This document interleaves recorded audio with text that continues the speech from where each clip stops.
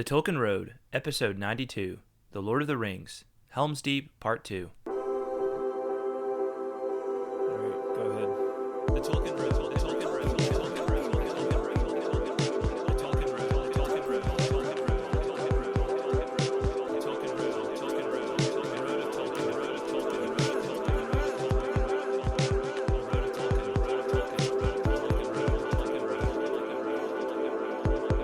the Tolkien Road, the Tolkien Road, Hey there, fellow travelers. Welcome to the Tolkien Road, a long walk through Middle-earth. On this episode, we continue our journey through The Lord of the Rings with the second half of Book 3, Chapter 7, Helm's Deep. Before we get started, why not hop on over to iTunes and leave the Tolkien Road a rating and feedback? It's a great way to show your support for the show and takes less than a minute. Or you can stop by tolkienroad.com, learn about previous episodes, and say hey. We're also on Facebook at facebook.com/TolkienRoad. Thanks for listening, and enjoy. Hello, everyone. Welcome to the Tolkien Road. John and Greta here. Greta, how are you? I am awesome. Good. How are you, John? I'm pretty spiffy. Good. Doing well. Good. You finishing out 2016 on a positive note? Yes, an exceedingly positive note. Awesome. Yeah. Awesome. What was the best thing you got for Christmas, Greta? The best thing I got for Christmas? Uh-huh. That's really hard. I got so many good things. I was very blessed this year. It's got to be a toss-up between my new Orioles t-shirt. Uh-huh. And that you're wearing right now. That I'm wearing right now. Mm-hmm. And my puffer vest that you got me. Right on. Yes. I'm kind of into clothes these days, so... Yeah, how about you? What was your best, favorite, most awesome gift? Well, they were all wonderful. I think, I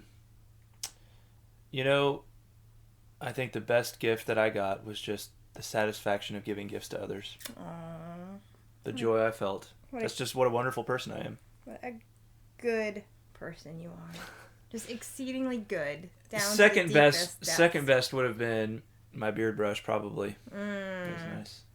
Enjoyed using that. Yeah, you like using that beard brush, don't you? Sure do. I don't know how you've lived so long without one. Seriously.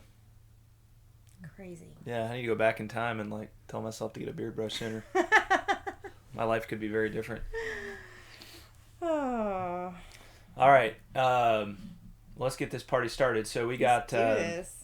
So we will. We'll start off the episode by mentioning Patreon, our Patreon page, where you, our listener, can become a patron of the Tolkien Road podcast and get all kinds of cool stuff in return for doing so. Yeah. It costs something to produce every episode, a little something, and our goal right now is just to be able to cover those costs so we can keep this bad boy going for as long as possible. That's right. And bring it to eventually bring it to new audiences that might not be getting it for whatever reason right now. So since the last episode, we have had 4 new people pledge. Go ahead and read off those folks right there. Emilio Perea, Zeke Farmer, Caleb Santana, and James Applegate. So we're now up to 9 amazing patrons. Woohoo! And then those folks are in addition to the first 5 we had who are Shannon Stockbridge, Josh Sosa, William Hutton, Brian Orr, and Margaret Lyon. So we're up to 9. That's so total. Cool. Thank you all so much for your pledges. Thank you. And what that means is that there's only 5 Valar spots left to go. 5 Valar spots left to go. So if you want to be forever known as one of the Tolkien Road Valar, you got to get with it. Yeah. There's only 5 spots left to go. Yeah, You got to be one of the next 5 people to make a pledge to the Tolkien Road. So if that's something you think you want to do, you're kind of thinking it over, hey, head on over to patreon.com/TolkienRoad, or you can just go to tolkienroad.com and you'll find a link to the Patreon page. And just check it out. No harm in just going over and checking it out and seeing what kind of cool bonus stuff you're going to be getting. Yeah. And then these folks will be eternally enshrined on the Fellowship of the Road page, and you can go see that over at fellowship.tolkienroad.com. So Very cool. Yeah, there you go. New Year's resolution for you right there. We took care of it already, right? You don't even have to think about it. You don't have to think about your New Year's resolutions for 2017. Just resolve to pledge your entire life savings to the Tolkien Road, and you'll be good. Or maybe just a couple bucks. And your life is solved. You've solved your life at that point. Yeah. Yeah, pretty much. Yeah. I mean, can you get much better? No, you can't. No, the answer is no, you can't. To your rhetorical question. All right.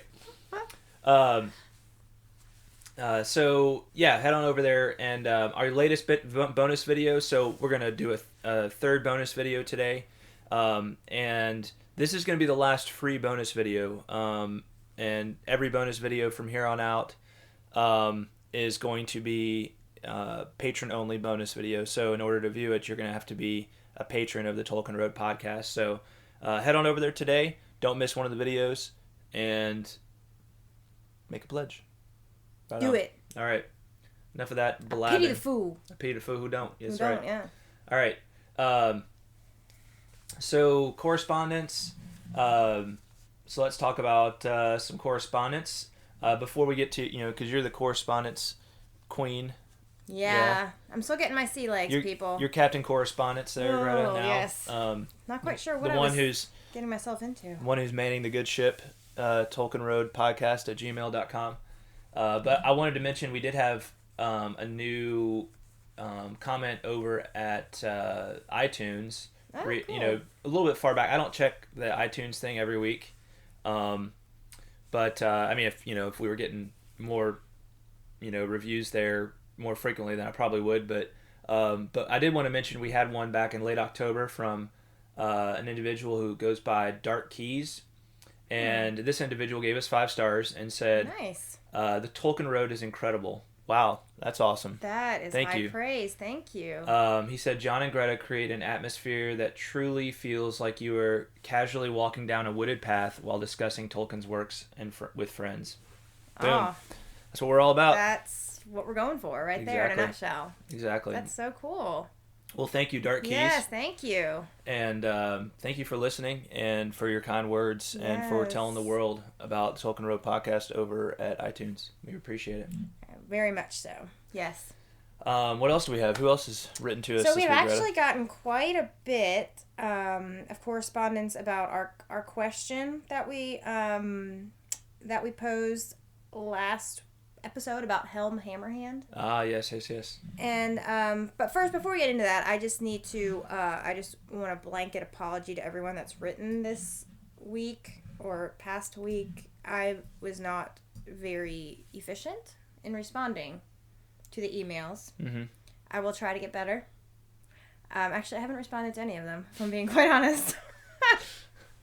However, they have been received, and I've enjoyed reading them, and I will, as I get my act together with, really truly taking on my new role as High Queen of Correspondence, I'll get better at that. She was just sitting around eating candy from her stocking all week. Hush. All week. Hush. There you go. Anyway, so just know that I will be improving on that front. And thank you all in advance for taking the time to write. Okay, so our first... Tell it to the judge. Yes, I just did. So our first correspondence email was from Rob Fangman. Rob, the man, the myth, the legend. Yes, Rob, the man, the myth, the legend, Fangman. He says, Dear Captain of Correspondence, regarding the story of Helm Hammerhand last week, the only place that his story appears, as far as I know, is the appendix of The Lord of the Rings. This is the gist of it.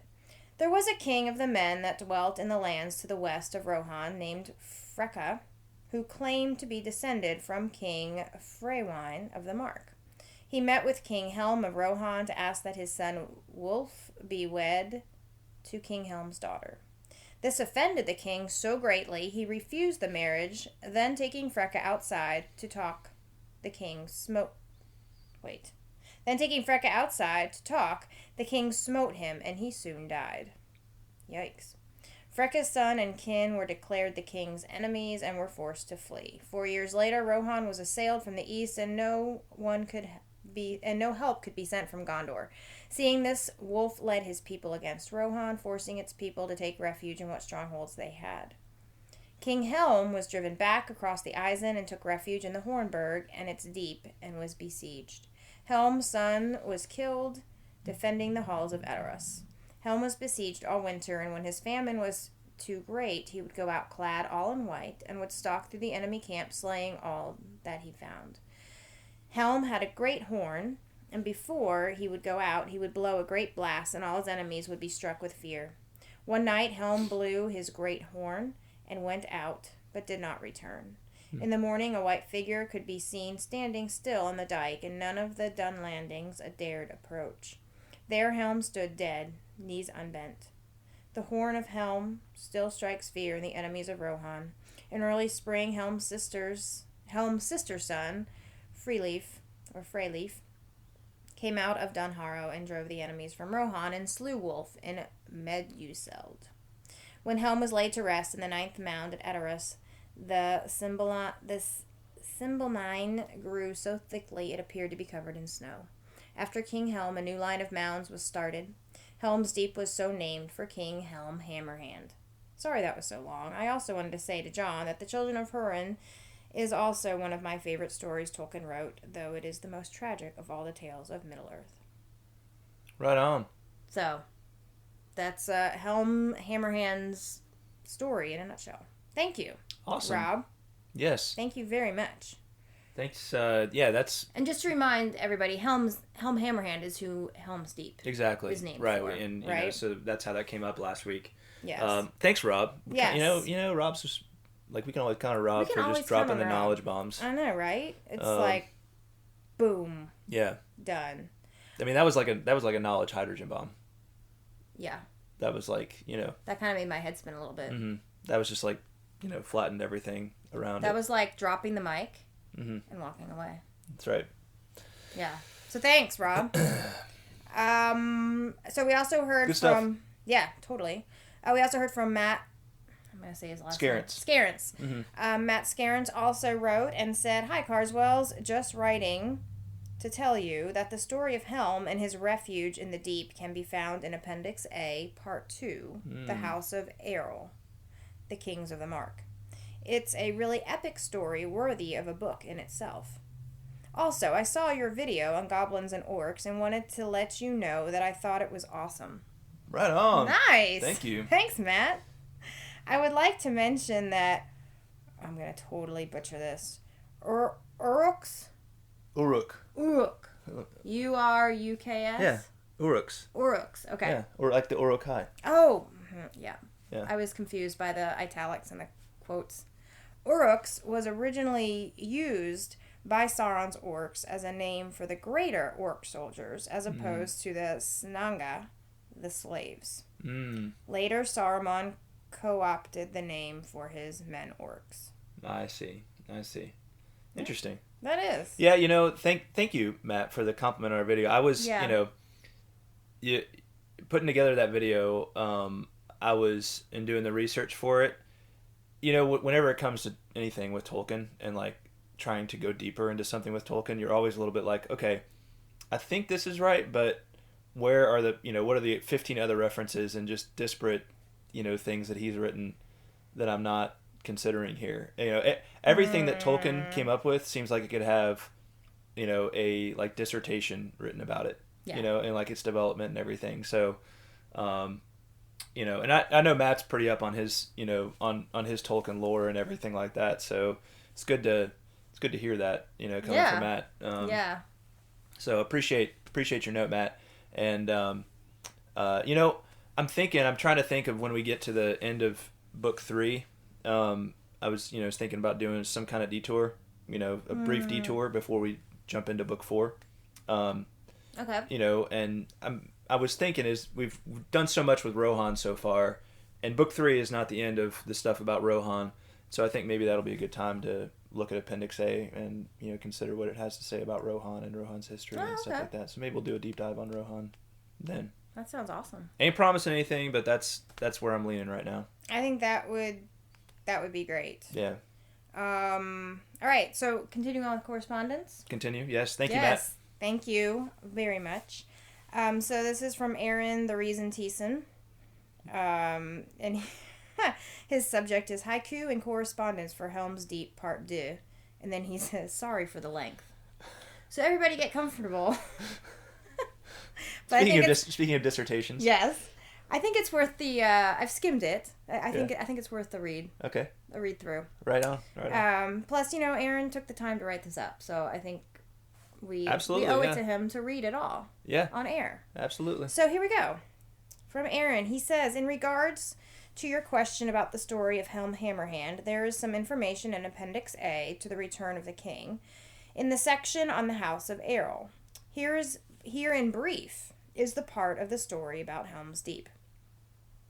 During the reign of Helm in the year 2758 of the Third Age, Gondor was besieged in the south by fleets of corsairs. At the same time, Rohan was attacked from other forces in the east, so Gondor was unable to send them aid. Then the Dunlendings from the west, seeing that Rohan was weak, took the chance to invade.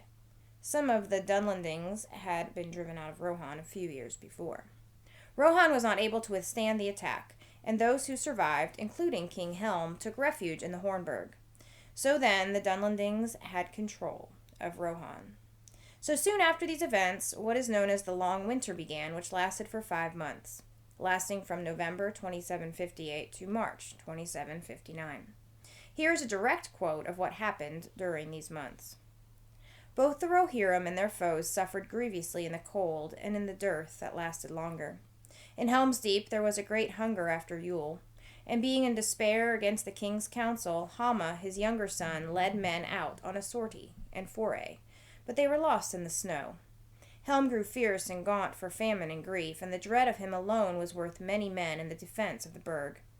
He would go out by himself clad in white and stalk like a snow troll into the camps of his enemies and slay many men with his hands. It was believed that if he bore no weapon would bite on him. The Dunlendings said that if he could find no food, he ate men. That tale lasted long in Dunland. Helm had a great horn, and soon it was marked that before he sallied forth he would blow a blast upon it that echoed in the deep. And then so great a fear fell on his enemies that instead of gathering to take him or kill him, they fled away down the Coombe. One night men heard the horn blowing, but Helm did not return. In the morning there came a sun gleam, the first for long days, and they saw a white figure standing still on the dyke, alone, for none of the Dunlendings dared come near. There stood Helm, dead as a stone, but his knees were unbent. Yet men said that the horn was still heard at times in the deep, and the wraith of Helm would walk among the foes of Rohan and kill men with fear. And then in the spring the enemies were driven forth with the aid of Gondor. Most of them had suffered badly from the winter anyway. So that's the story of Helm. Right on. Cool stuff. Yeah. And then Aaron says, I have 2 more really cool tidbits I want to share that relate to that story. Firstly, in the year that followed is when Saruman first appeared in Rohan, and Beren, the steward of Gondor, gave him the keys to Orthanc. And he took up his abode there as lieutenant of the steward and warden of the tower. Here's what it says. A friend he long seemed, and maybe in the beginning he was one in truth. Though afterwards there was little doubt in men's minds that Saruman went to Isengard in hope to find the stone still there, and with the purpose of building up a power of his own. Certainly after the last White Council in 2953, his designs toward Rohan, though he hid them, were evil. He then took Isengard for his own and began to make it a place of guarded strength and fear, as though to rival the Barad-dûr. His friends and servants he drew then from all who hated Gondor and Rohan, whether men or other creatures more evil. And secondly, the long winter in the Shire. In Unfinished Tales, in the quest for Erebor, Gandalf says, And then there was the Shire folk. I began to have a warm place in my heart for them in the long winter, which none of you can remember. They were very hard to put to them, one of the worst pinches they have been in, dying of cold and starving in the dreadful dearth that followed. But that was the time to see their courage and their pity for one another. It was by their pity as much as by their tough, uncomplaining courage that they survived. I wanted them still to survive. To suffice it to say that there were a lot of pivotal events surrounding the long winter. Boom. Yeah. Sounds like we do a episode just on the long winter too, man. Yeah, sounds like there's a lot. Yeah, we haven't talked about the long winter before, have we? No, we haven't. I think there's a reference to it maybe early in in The Hobbit or something like that. I feel like I don't know, it just pops into my mind, but it's like a very quick passing reference. Well, I mean, that's the thing. Like, you're talking just in the Third Age alone, in the age leading up to the events of the Lord of the Rings. You got like 3,000 years of history. Right. Yeah. Yeah. I mean, you could probably argue that there's an infinite number of stories that could be told just in that age alone. Right. Oh, absolutely. And you consider the Second Age and the stories of the First Age that haven't been told, stories before the First Age even began, all that kind of stuff. Right. Yeah. All these places that we just see on the map, but we don't know anything about. Mm-hmm. It just... Well, so much is happening concurrently, right? Yeah. I mean, this is happening here and that's happening, it's all happening at the same time, but at different places and different people. I thought it was interesting, too, that he mentioned when he mentioned Saruman, and he said that he, because I think this relates to something we're going to talk about in this part of the second part of Helm's Deep, was where he says that Saruman and his servants drew from all who hated Gondor. They drew his friends and servants. He drew then from all who hated Gondor and Rohan, whether men or other creatures more evil. So they mention that.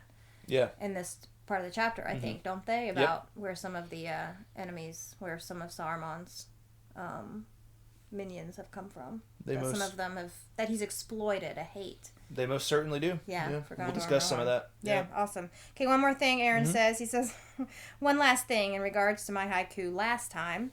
In it, I said that Helm's Deep was built by Helm. Well, that is not true. Well, at least he's honest. He's an honest man. It must have been a slip of the mind, because it got its name from him, but he did not build it. I am very sorry, but hope he will still accept haikus from me. We'll consider it. We will. He did let you know by the end of this episode. He sent one for this episode, so he'll know by the end of the episode. That's right. Whether or not we read it on air. We're really going to have to, consider this strongly, deeply, within the kindness of our heart. Yes. Such failure is just not acceptable. No. Maybe he was trying to make up for it by that dissertation he sent us previous. It's pretty good. It was actually very enlightening and informative. So I think. No, Aaron. So yeah, that happens. I think I've probably made several mistakes in some of my haiku at different times. We are all only human. We all know Greta has. I mean, come on. Yeah. But no, thanks for that long note, man. We know we pretty much, you and I have been educated on Helm Hammerhand. Yeah. Yeah. Man, if we ever go on Jeopardy and there's a category about Helm Hammerhand, it'd be like, we will own it. Yes. I'm going to win. We will be set for life. Yeah. All right, one more from Mary Grace. She says, she sent haiku, and then she said, one quick question, was there a secret word on this previous episode? There was. And, yes. Greta tried to work it in, but I completely forgot because it was the first time we tried to do it. Yeah, it was the first time I tried to do it. And to be fair, I actually only remembered toward the end. And so I used it like 3 times in 3 minutes at the very end of the episode. Well, my resolution is to never forget again. I think that's a pretty good resolution, John. Yeah, I think so. We're in the habit of making resolutions. Right, yeah, this is the time of year that, you think about the year past, the year ahead, and you make resolutions about, things you want to do differently. Yeah, including secret words. So we're gonna do our best to actually work the secret word into this episode this week. Me too. Greta did it last week. I failed, so we're on board this week. So anyway, if Mary Grace or anybody else, if you picked up on what may have been the secret word, the hint is that only I used it and only toward the end of the episode. Let me know. Yeah, for last week's episode. If you think you know what it was. Yeah, for last week's episode. You can do the same for this week's. Yeah, it's a different word this week. It is a different word this week. But if you have an idea of what last week's might have been, shoot me a message. Yeah. Everybody's gonna think it's Hammerhand. That's probably true. For this week, because there was so much correspondence it. about Hammerhand. That's true. Maybe. But it's not Hammerhand. Oh, come on! You can't be giving away hints like that. Well, that's just a little. That's one of a billion words that it's not. Okay. Fair enough. There you go. All right. Well, thank you guys for all that. All the love. Absolutely. Via email. You're getting pretty good at that, Greta. Our fans are rocking it out. You're good at you are Captain Correspondence. I'm working on it. Captain Correspondence, High Queen of Haiku. I love it. I love all the names that I'm getting. That's right. Make me feel so important. Yeah. Yeah. Should we talk about our chapter now? Yeah, let's talk about the chapter. So let's do it. All right. So we left off with the defense of Helm's Deep. Right. And the last thing that really happened was Aragorn and Éomer saw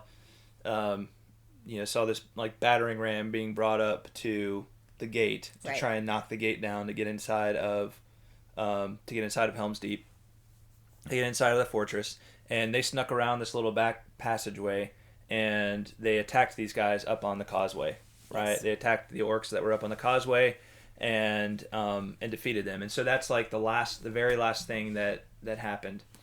And so picking up from there, Éomer gets himself into a little bit of trouble. He says they turned and ran. After they do all this, they decide to go back, and they turned and ran. At that moment, some dozen orcs that had lain motionless among the slain leapt to their feet and came silently and swiftly behind. Two flung themselves to the ground at Éomer's heels, tripped him, and in a moment they were on top of him. But a small dark figure that none had observed sprang out of the shadows and gave a hoarse shout. Baruch Kazad! Kazad, I menu! An axe swung and swept back. Two orcs fell headless, the rest fled. Éomer struggled to his feet, even as Aragorn ran back to his aid.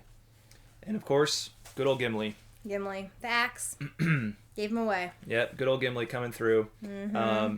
And Gimli's just grateful for the opportunity to kill some orcs. Heck yeah. That's what it comes down to. Yeah. He's like, finally, I've got to chop something more than trees. Mm-hmm. Yeah. Yeah. I wish Gimli was a real person and was my friend. Me too. I'll just say that. Yeah. He'd be a good wingman to have. He'd just be like, every day he'd be like, so, John, do you have any orcs you need me to chop heads off today? Or how about, do you have any children that you need me to put in line for you? That's right. But that would be awesome. Just don't chop their heads off. But no head chopping. No head chopping. But I think Gimli could probably get them in line without chopping off their heads. Yes. Yeah. Just the fear of that potentially happening. Exactly. Exactly. Uncle Gimli's gonna do something if you don't behave yourselves. Don't make me call Uncle Gimli. That's right. Till now, I have hewn naught but wood since I left Moria. Mm-hmm. So Gimli says, "I am content. I am content." Yes. Finally, again, that is a reason. Yeah, and then immediately after this, you have the start of the back and forth that lasts the whole chapter between Gimli and Legolas. He says, "Two." He said Gimli, patting his axe. He had returned to his place on the wall. "Two," said Legolas.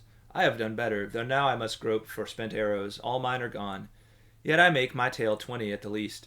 But that is only a few leaves in a forest." So Gimli's got some work to do to keep up with old Legolas. Mm-hmm. So, yeah. Yeah, it's the friendly competition beginning. Mm-hmm. Mm-hmm. All right. So despite the success of Éomer and Aragorn and Gimli and going and defeating the folks with the battering ram, it's just a little kind of that's just a temporary success. Right.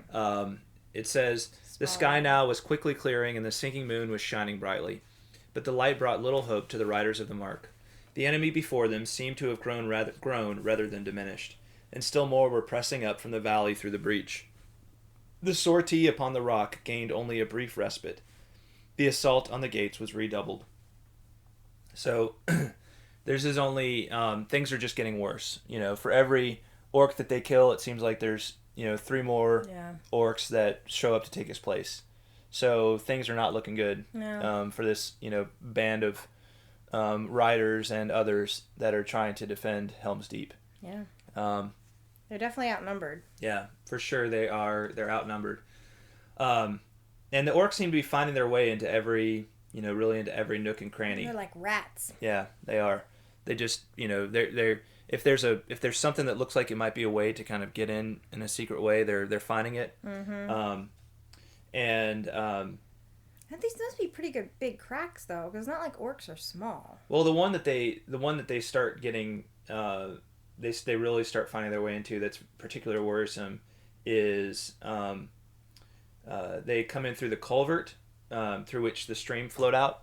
right? Oh, yeah. Right. So this is like the little kind of tunnel under Helm's Deep that the stream that is, of course, coming up from the mountain is, flowing out of. Right.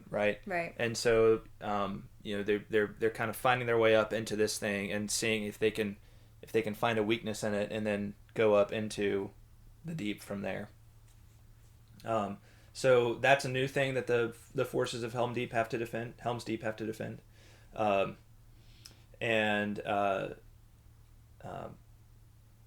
We have Gimli the Old crying, "The orcs are in the deep. Helm, Helm, forth helming us."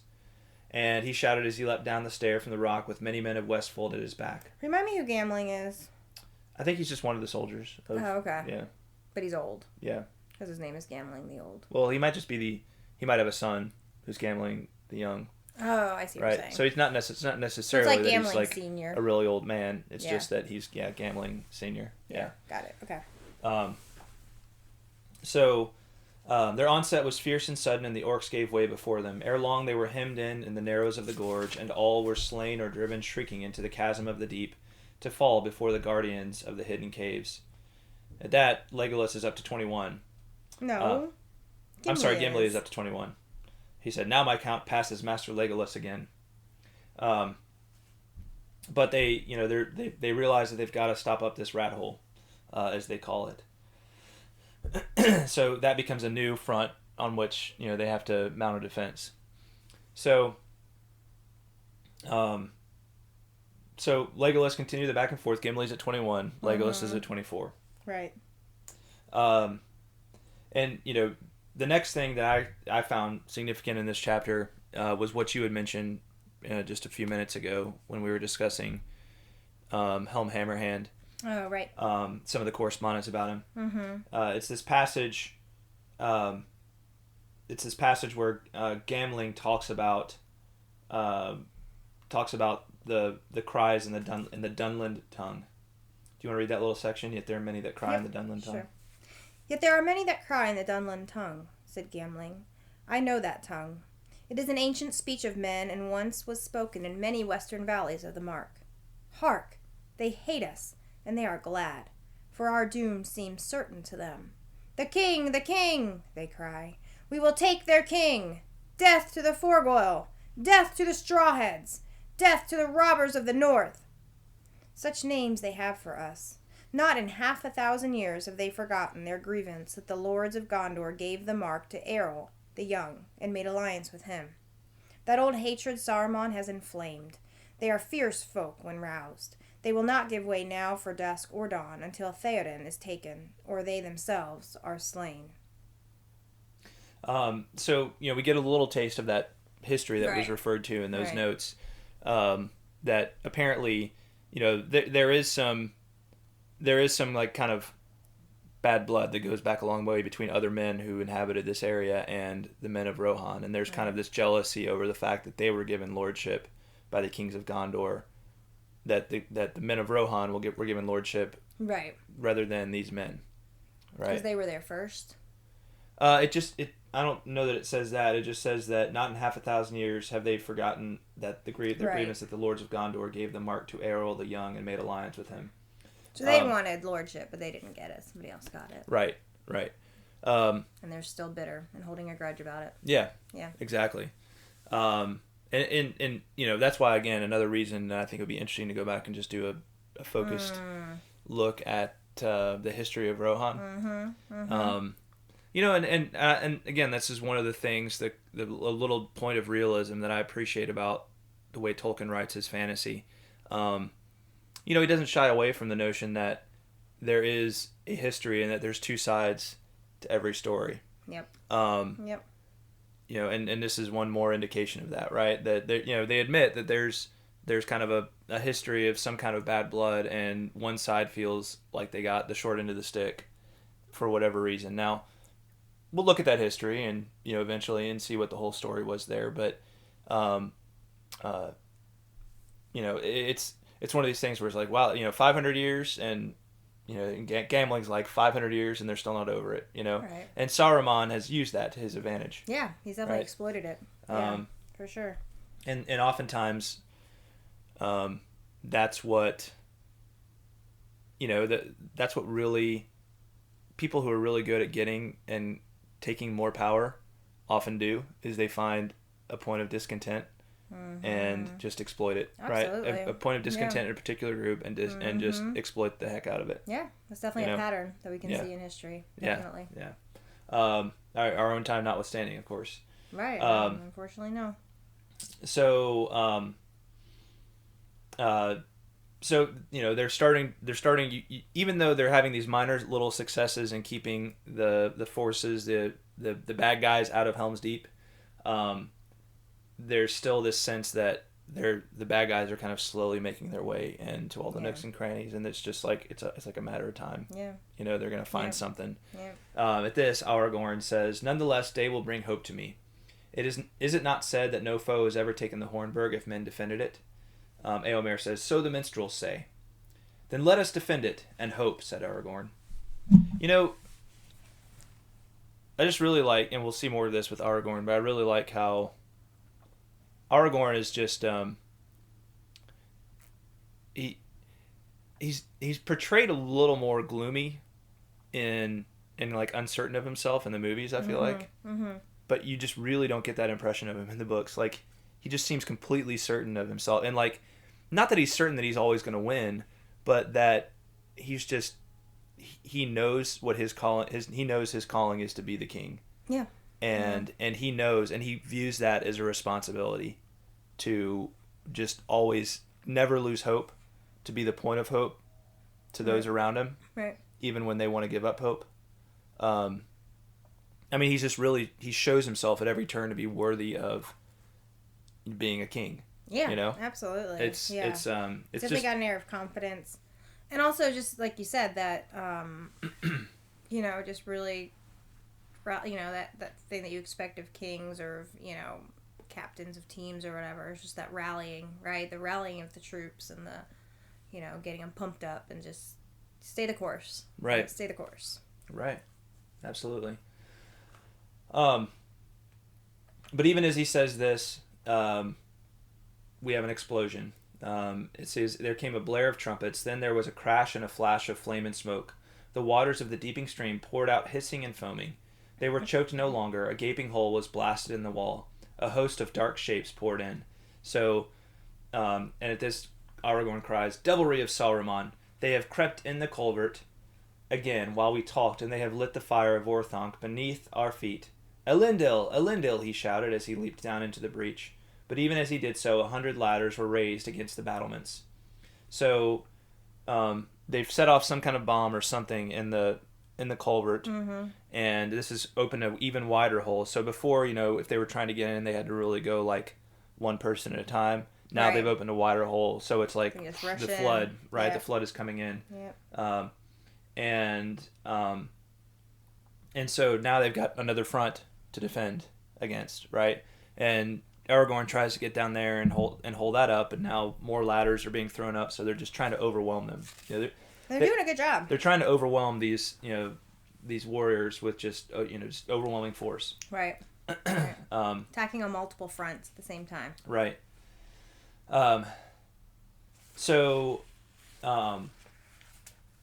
Let's see here. What's next? All who can have. I marked this next section. I'm trying to figure out why. Sorry. The foremost fell with Legolas' last arrow in his throat, but the rest sprang over him. Then a great boulder, cast from the outer wall above, crashed down upon the stair and hurled them back into the deep. Aragorn gained the door, and swiftly it clanged to him. Oh, that's right. So Aragorn almost stumbles going back up the stairs after all these orcs rush in. Oh yeah, he almost gets trapped. But a boulder gets thrown down and saves the day for him. But even at that, he says, "Things go ill, my friends." And Legolas this time says, "But not yet hopeless, while we have you with us. Where is Gimli?"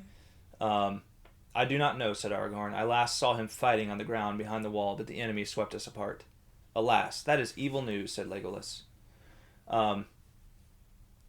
So, Gimli appears to be missing at this point. Right.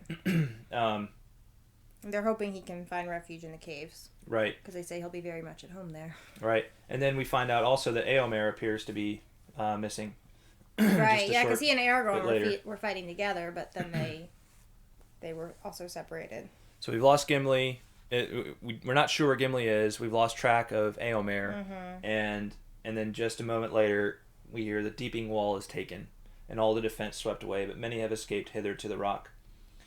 So, it's starting to look really bad for the forces in Helm's Deep. Theoden, at news of all this, says, "It is said that the Hornburg has never fallen to assault, but now my heart is doubtful. The world changes, and all that once was strong now proves unsure. How shall any tower withstand such numbers and such reckless hate? Had I known that the strength of Isengard was grown so great, maybe I should not have not so rashly have ridden forth to meet it, for all the arts of Gandalf. His counsel seems now not now so good as it did under the morning sun." Aragorn says, "Do not judge the counsel of Gandalf until all is over, Lord."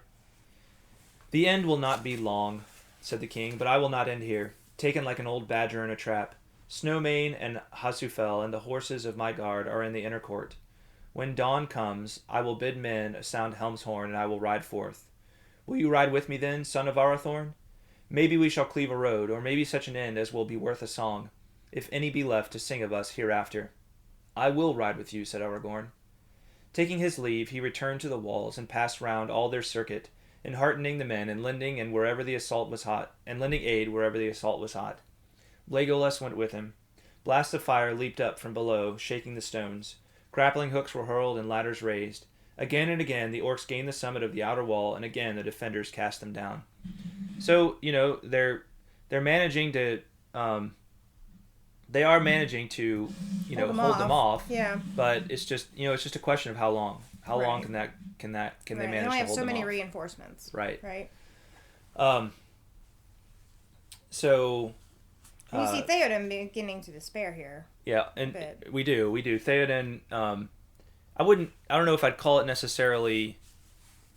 Well, I mean, despair might be the best word for it, but it's not a stifling despair. No, it's not like he's just giving up. It's not like a suicidal despair. It's right. more like maybe we're not going to win this battle. Mm-hmm. Maybe this battle isn't going to win the way we want it to. But he's like, I'm not going to die as a captive. I'm not going to go down without a fight. Exactly. Yeah. I'm going to ride out from here like a true king of Rohan should. Yep. Right. Yep.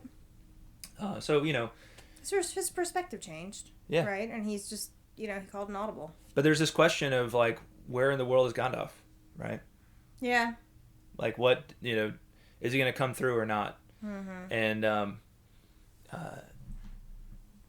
you really start to wonder at some point, right? Like, what is the Theoden has deal? a good point, right? I mean, maybe Gandalf did mislead them. It kind of appears from the way things look at this point in time that maybe he did. That's right. Yeah. That's right. Well, it's becoming increasingly more light out. The sky is growing pale as the sun starts to arise, as morning comes.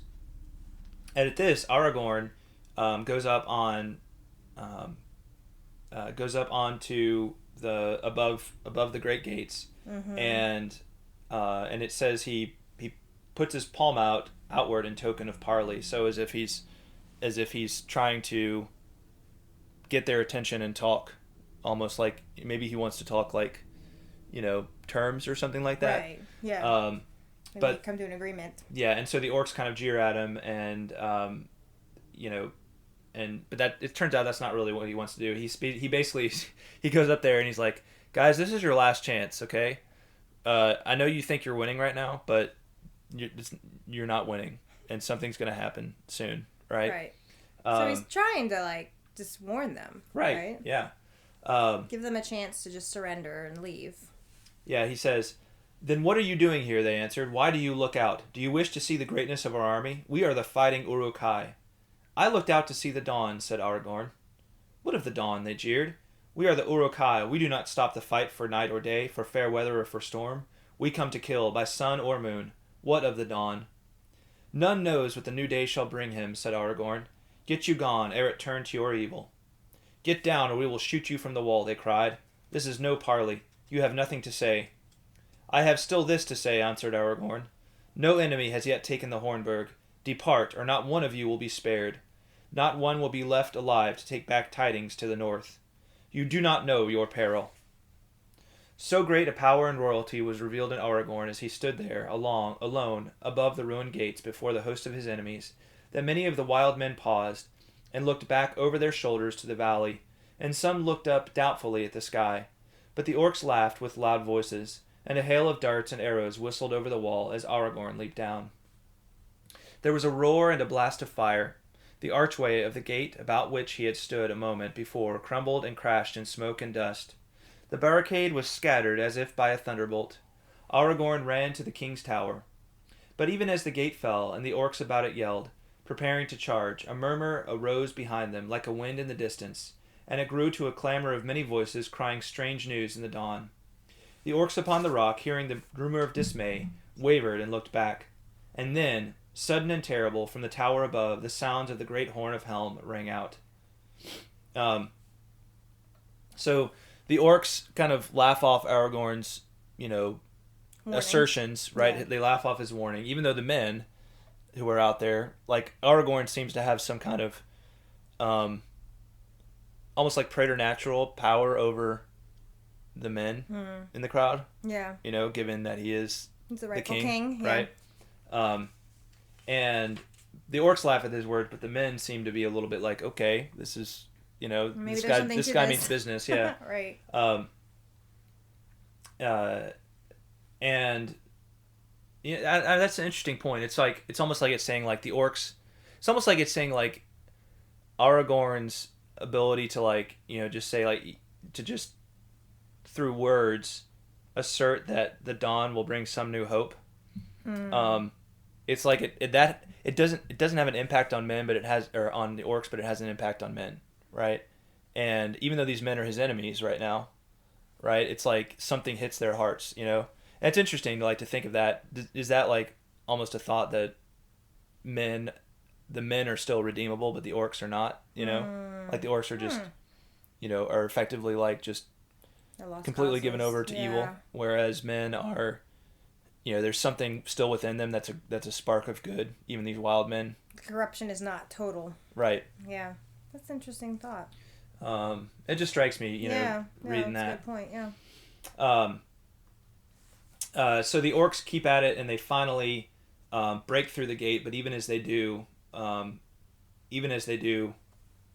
the great horn rings out, and the charge comes forward. That we mentioned in the Helm Hammerhand correspondence, right? That's right. Apparently, it's a pretty mighty horn. Yeah. Right, instills fear in all enemies. Mm-hmm. I want one of those.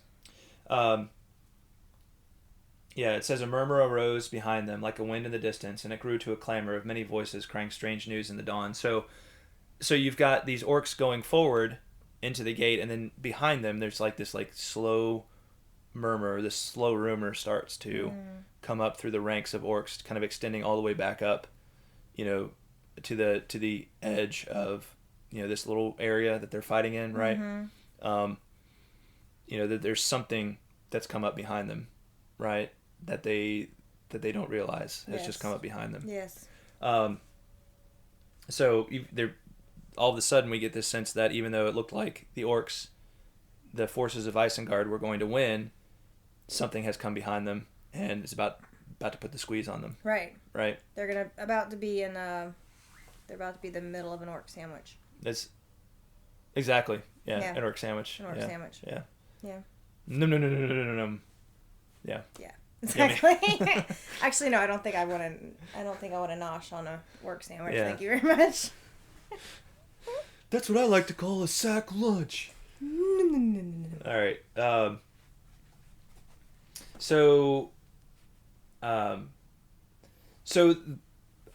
Theoden leads the charge out. Helm has arisen. They've left the Hornburg at this point. Yes. Yeah.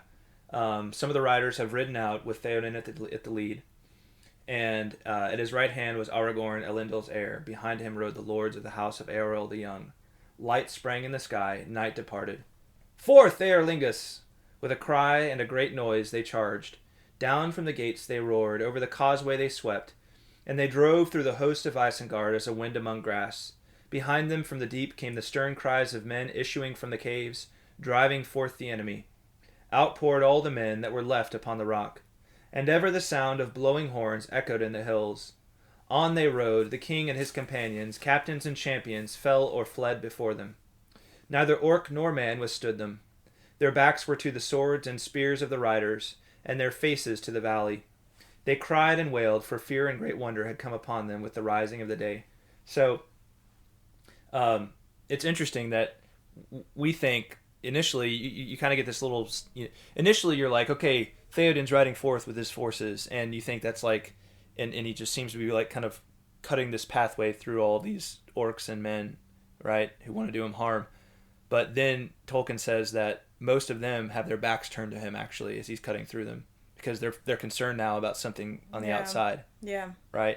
Yep. And that's where we find out that the land had changed. Mm-hmm. Right? You want to read that little paragraph right there? Sure. The land had changed. Where before the green dale had lain its grassy slopes lapping the ever-mounting hills, there now a forest loomed. Great trees, bare and silent, stood, rank on rank, with tangled bough and hoary head. Their twisted roots were buried in the long green grass. Darkness was under them. Between the dike and the eaves of that nameless wood only 2 open furlongs lay. There now cowered the proud hosts of Saruman, in terror of the king and in terror of the trees. They streamed down from Helm's Gate until all above the dike was empty of them, but below it they were packed like swarming flies. Vainly they crawled and clambered about the walls of the coombe, seeking to escape. Upon the east, too sheer and stony was the valley's side. Upon the left, from the west, their final doom approached. There suddenly upon a ridge appeared a rider, clad in white, shining in the rising sun. Over the low hills the horns were sounding. Behind him, hastening down the long slopes, were 1,000 men on foot. Their swords were in their hands. Amid them strode a man tall and strong. His shield was red. As he came to the valley's brink, he set to his lips a great black horn and blew a ringing blast. And then we find out that Erkenbrand, of course, right. who was they didn't we were know wondering, what happened to him. where he went, is returned. But we, of course, Gandalf the White Rider, and then we have this strange thing of the woods apparently have moved over here, right? I have no idea what that could be. Yeah. So bizarre. Walking trees? What? Yeah. That doesn't happen. Well, it's actually, we're going to find out it's not exactly what you may think it is. Oh, really? Yeah. Oh, fudge. If it's, because it was last time you read this was a long time ago. It was a long time ago. And so when you see the movies in between reading it for the first time, you forget about the details of what this is. You're just thinking Ents the whole time. Right. But that's not the whole story. Got it. It's not the whole story. Okay. It's interesting. Tolkien has talked about Tolkien in a couple of places, I think, talked about how he always Tolkien was not like a huge fan of Shakespeare, and one of the things he talked about that was a disappointment for him with Shakespeare was the whole thing at the end of Macbeth where the woods. Yeah, we've talked about this before. Where the woods come up to like the castle. Yeah. And Tolkien just feels like that was a great idea, but it was just done in a really goofy, unbelievable way. And he's trying. I think he admitted that he was trying to take that idea, but do it right, do it justice, because he loved the idea. So Tolkien made a resolution to basically do Shakespeare's idea the right way. Yeah, totally. So that's what you think he's doing here in this particular. Yeah, story. I think he's admitted. I don't know the reference off the top of my head, but I know I've read that somewhere. Okay, well now I'm interested to read on. Yeah, so. Legolas, Aragorn cries, "Behold the White Rider, Gandalf has come again. Mithrandir, this is wizardry indeed. Come, I would look on this forest ere the spell changes." So Legolas just thinks it's some kind of spell. But we'll find out more. Yeah. And it says, the orcs reeled and screamed and cast aside both sword and spear. Like a black smoke driven by a mounting wind, they fled. Wailing, they passed under the waiting shadow of the trees, and from that shadow none ever came again. So it's almost like the forest, this new forest that's just popped up, swallows them, right? Swallows all the forces of the orcs. So that's pretty awesome. That's a pretty That's what Tolkien would call eucatastrophe right there, right? Happy fault. Well, No, no, that's not the happy something fault. different. Great good coming from great evil. No. No. Everything looks dark, Yes. and then all of a sudden, some great hope seems to come. Unexpected hope comes from nowhere. Gotcha. You know. Yes.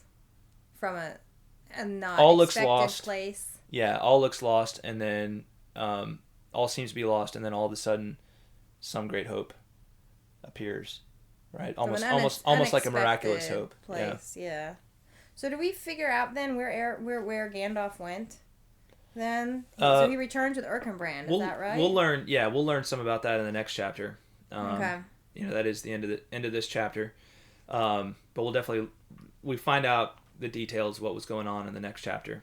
Okay. The road to Isengard. Well, I'm going to make a resolution right here, right now, to read this sooner rather than later. Yeah. Because I'm dying to know where Gandalf was. Yeah.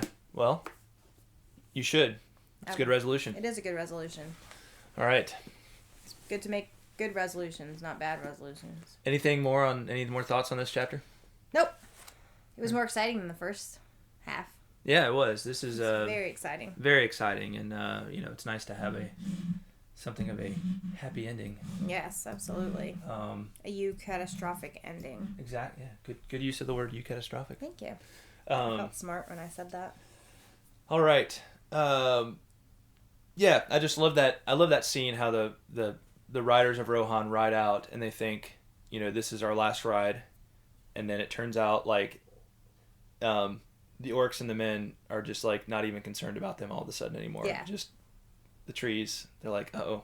I wonder if that was a bit of a disappointment for Theoden and Aragorn. I wonder if they're like, hey, man, we wanted to fight. Like, yeah. What's this? Well, I'm sure any disappointment it was quickly overshadowed by the joy of knowing that they were going to live. Right, and, exactly. Oh, wait a second. Actually, we're not going to die. It's not like they didn't have an opportunity to kill a bunch of bad guys. That's true. That's true. As they were fleeing. It was almost the best of both worlds, right?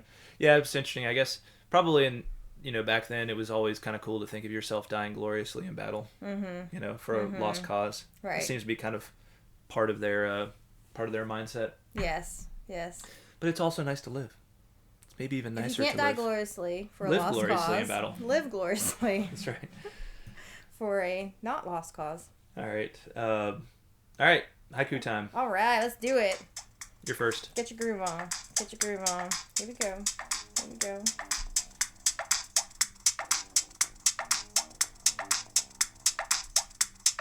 1, 2, 3, 4, 5, 6, 7, 8, 9, 10, 11, 12, 13, 14, 15, 16, 17 syllables in haiku. 1, 2, 3, 4, 5, 6, 7, 8, 9, 10, 11, 12, 13, 14, 15, 16, 17 syllables in haiku. Oh, yeah. Ow! Talk about dropping the mic, yo. It's good stuff. Fade in and out. All right, what are we doing? Why don't you want to go first, or do you want me to? Sure, I'll go first. Or do you want to just do paper rock scissors? Sure, I guess we'll do paper rock scissors. All right. Quietly, tennis style. Paper rock scissors. Wait, you messed me up. Well, you said paper rock scissors. Right, it's rock paper. All right, let's go. Rock paper scissors shoot. Rock paper scissors shoot. Dang it. I knew that was going to happen. Rock beats scissors. All right, so what's your call? You or me first? You go first. Okay, I'll go first. Blaring horns announce the chant. Blah, I messed up. Can I start again? Thanks. Blah, I messed up. Blaring horns announce the blah, I messed up. All right, darn it, I wanted to get this right. This is good. All right, here we go. Spoiler alert, my haiku is good this week. Brace yourselves. Cool. Okay, here we go. Blaring horns announce the charge of men, of wizard, of kings, of fierce trees. Fierce. Boom. Fierce trees. Right on. Right on. Is that what you call parallelism? Of men, of wizard, of kings, yes. Of fierce trees. That would be parallelism. Awesome. Parallelism. Of fierce trees is not exact parallelism. Because I inserted an adjective. Yeah. So if I said of men, of wizard, of kings, of trees. Yeah. That would be parallelism. Exactly. But it's a nice touch when you do the parallelism, and then if you do like 3 instances, and then you add a fourth that is still still matches it, but kind of builds upon it, so it's a little bit unexpected, right? So, exactly what I did. Yeah. No, I'm saying that's awesome. Good job. Yes. Yeah. All right. Well, thanks, John. You I made your made day. my day. Good. Yes. All right. Your turn. Okay. Well, I made a resolution to have a better haiku than last week. So. Good. Yeah. I would say that's a good resolution. Yeah. All right. Mm-hmm. As the wall breaks, so the dawn. A flood of wondrous hope. The land has changed. Ooh, that's really good. That's like way better than last week. Mm-hmm. Like resolution worked. A million times better. Yeah. Yeah. You just made resolutions look good. Yeah. Well. Yeah, and worthwhile. What do we got? Who else has got some? All right, so Rob sent 2 last week, and his second one he said he thought was good for the second part, so we didn't read it last week. So here's Rob's for the second part of this chapter. Despair drives Fey King. New hope is found at day's light. Forth, Erlingus. Right on. What does Fey mean? Fey King. Despair how's it spelled? Drives Fey King. F-E-Y. F-E-Y. I should have looked it up myself. I think it has to do with like he's feeling antsy or something. But let's see. Like here. Anxious? Yeah. Unsettled? Giving an impression of vague unworldliness. Faded. Oh no, Scottish. That's so. Here's the Scottish. What that means in kind of a Scottish take. Oh, okay. Fated to die or at the point of death. So there you go. That makes sense. That makes really good sense. So it's a Scottish word? Aye. I love it. Aye. I love it. Be keeping in with the reference to Macbeth. You know? Nice tie-in. Yeah. Well done. I love how that kind of stuff happens. All right, and then we also have... Let me just make sure. Did Rob send another one for this week? No. All right, so that was his for this week. And then we have Mary Grace. She sent 2. I'll let you read the first one. Okay. And I'll read the second one. Erkenbrand arrives with Gandalf. The battle won. Where will road lead now? I have sneaking suspicion of where it might lead. Where's that? To Isengard. To Isengard? Mm-hmm. I don't know why we'd think that, but... I don't know. Yeah. I don't think it has much to do with the title of the next chapter, but... All right, good job, Mary Grace. And good stuff, Mary Grace. Here's your second one. White Rider returns. A wizard is never late. He comes unlooked for. Nice. I love it. Love it. Yeah. That's He arrives precisely when he means to. Precisely when he means to. A wizard that needs to go on a t-shirt. I know. A wizard is never late. He arrives precisely when he means to. Or he comes unlooked for. That's right. Yeah. Mm-hmm. I like that a lot. Very good. Thanks, Mary Grace. Good stuff, Mary Grace. And let's see. We have 2 from Matt Scarence. Right on. You read the first one. All right. I'll read the second one. I look to see the dawn. What of the dawn? They fear not, yet with dawn comes hope. Nice. Very nice. I like that. I like the repeated use of the word dawn. Right on. Great word. All right, here's Matt's second one. Horns in the deep. So rode forth Theoden king to greet Mithrandir. Boom. And Matt, thank you. He says a merry octave of Christmas to you. Merry octave of Christmas to you as well. Christmas to you too, Matt. We are still in the octave of Christmas as we record record this. We are still in the octave of Christmas. Mm-hmm. You know, what's funny is when I was at the post office last week, kind of a little tangent, but it's a funny story. Everybody in line was like stressing about whether or not their packages were going to get there by Christmas, right? And I was talking to this lady in line, and she was saying how, oh man, I really hope it gets there in time. This is Tuesday. Will it get there by Saturday? I don't know. And I was like, well, there's 12 days of Christmas. So as long as it gets there by Epiphany, you're good. And she looked at me and she laughed and she said, I'm going to start using that line. I'm like, it's not a line, it's true. We have an octave, and then we have 4 more days after that. That's right. I mean, yeah, right. Party it up. I hope y'all are partying it up for the octave, by the way. Because that's what you should do during an octave. Yes. And during the 12 days of Christmas, both. Mm-hmm. Just party it up. All right, thanks, Matt. Those rocked. Those did rock. All right, and then we have... Oh, Fudge Ripples. What? I forgot to read Josh's correspondence at the beginning. Well, read it now. I'll do it now. Sorry, Josh. Here it is. Better late than never. He says, Evening, Carswells. I wanted to tell you guys of some interesting news. Another podcast community I am part of has decided to start an in-community book club, fantasy and sci-fi only, with the first book being Fellowship. As we read, we will spend each week in January discussing a group of chapters until we finish the book. Before February, we will vote on the next book, hopefully being Two Towers. It'll be fun to discuss this with such a large community while looking back at all our Tolkien Road community has discussed via episodes and haikus. That's awesome. Boom. Yeah, that's so cool. Well, if you want to, did he say how to get involved with that if you are interested? No, he didn't. Okay, well, you can find Josh on Twitter. You can go over and Yes. and look him up on Twitter. I forget his handle, but if you look up Josh Sosa, you'll probably find him. I think it's like Dr. Lore Josh. So Dr. Lore Josh, I think is what it is. Lord or Lore? Lore. Oh, Dr. Lore Josh. Yeah. Oh, that's cool. Yeah. So yeah, that sounds like fun.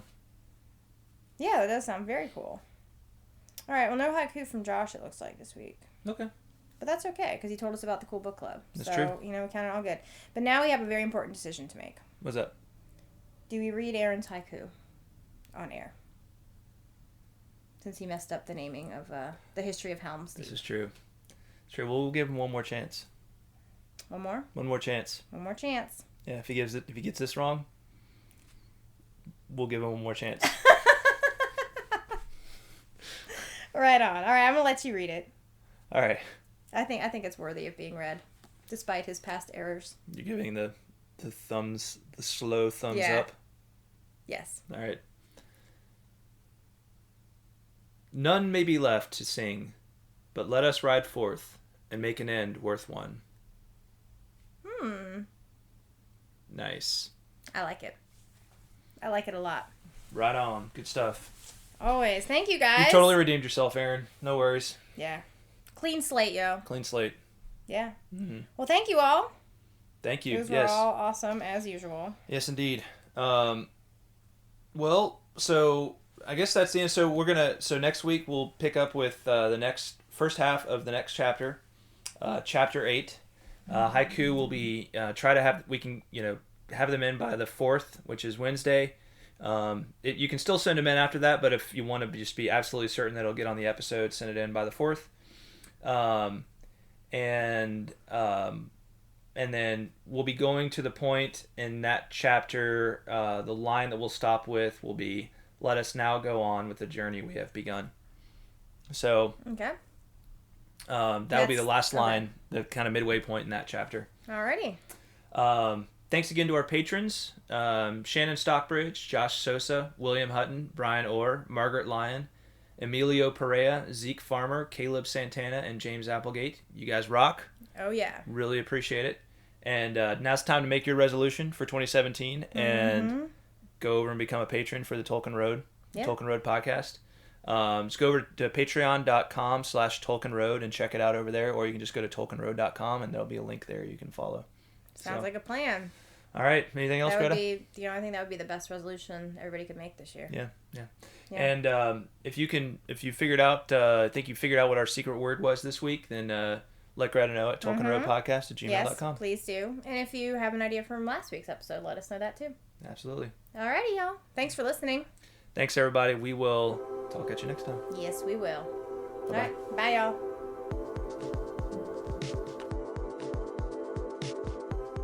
Please remember to check out truemyths.org and tolkienroad.com for show notes and plenty of other Tolkien goodness. Also, if you're enjoying the podcast, would you please leave the Tolkien Road a rating and feedback on iTunes? It's a great way to support the show and takes less than a minute. On our next episode, we'll continue our discussion of Book 3 with the first half of Chapter 8, The Road to Isengard. Our stopping point for the next episode will be, "Let us now go on with the journey we have begun." Thanks for listening, and until next time, the road goes ever on.